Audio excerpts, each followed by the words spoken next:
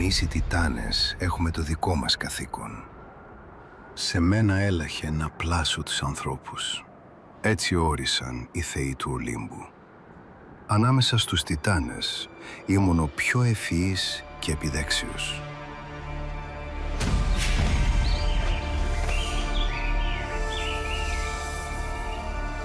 Θνητή.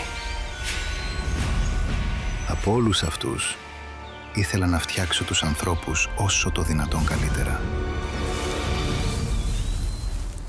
Δεν ήθελα να σέρνονται σαν τα ζώα κοιτώντας μόνο τη γη, αλλά να σηκώνουν το κεφάλι και να κοιτούν τον ουρανό.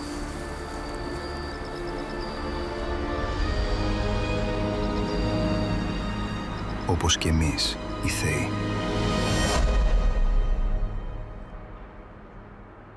Ήθελα οι άνθρωποι να γίνουν λογικά όντα, σαν εμένα. Ο Δίας δεν το έβλεπε με καλό μάτι. Πίστευε ότι τέτοια πράγματα ανήκουν μόνο στους θεούς. Γιατί οι άνθρωποι μπορεί να τολμήσουν να στραφούν εναντίον των θεών?